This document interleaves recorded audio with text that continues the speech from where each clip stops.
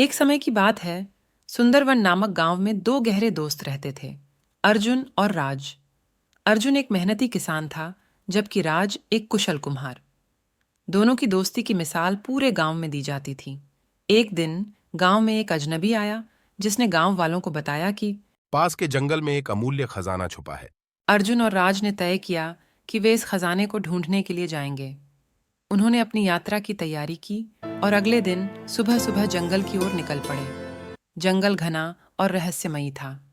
चलते चलते उन्होंने कई अनजान रास्तों का सामना किया।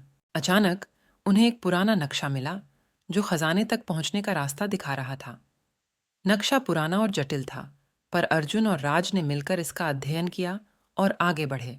जंगल के अंदर जाते ही उन्हें कई कठिनाइयों का सामना करना पड़ा। आगे बढ़ते हुए उन्हें एक गुप्त सुरंग दिखाई दी, जो नक्शे में भी दर्शाई गई थी। सुरंग के अंदर अंधेरा था और वहां कई चौंकाने वाले मोड़ थे। चलते चलते उन्होंने देखा कि सुरंग की दीवारों पर कुछ संकेत खुदे हुए थे, जो खजाने की दिशा में इशारा कर रहे थे। सुरंग के अंत में उन्हें एक बड़ा पत्थर का दरवाजा मिला, जिसे खोलने के लिए उन्हें संकेतों का सही मतलब समझना था। उन्होंने मिलकर संकेतों का विश्लेषण किया और दरवाजे को खोलने में सफल रहे। दरवाजा खुलते ही उनके सामने एक विशाल कमरा था, जिसमें सोने, चांदी और बहुमूल्य रत्नों से भरे बक्से थे। अर्जुन और राज की आंखें चमक उठीं, परंतु खजाने के पास एक शिलालेख था, जिसमें लिखा था, यह खजाना केवल उन लोगों के लिए है जिनके दिल में सच्चाई और ईमानदारी है। दोनों दोस्तों ने निर्णय लिया कि वे खजाने का एक हिस्सा गांव के विकास के लिए इस्तेमाल करेंगे।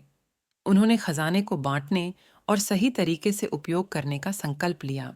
अर्जुन और राज ने खजाने का एक हिस्सा गांव के स्कूल, अस्पताल और अन्य सुविधाओं के निर्माण में लगा दिया। गांव में खुशहाली लौट आई। उनकी ईमानदारी और दोस्ती की चर्चा हर ओर होने लगी। उनकी इस महान कार्य की सराहना करने के लिए गांव के मुखिया ने उन्हें सम्मानित किया। अर्जुन और राज ने समझा कि असली खजाना उनके पास पहले से ही था, उनकी दोस्ती और सच्चाई। यह कहानी हमें यह सिखाती है कि दोस्ती, ईमानदारी और आपसी विश्वास से बड़ी कोई दौलत नहीं होती। अर्जुन और राज ने अपने नेक इरादों से यह साबित कर दिया कि सच्ची दोस्ती और सामूहिक भलाई ही सबसे अमूल्य खजाना है।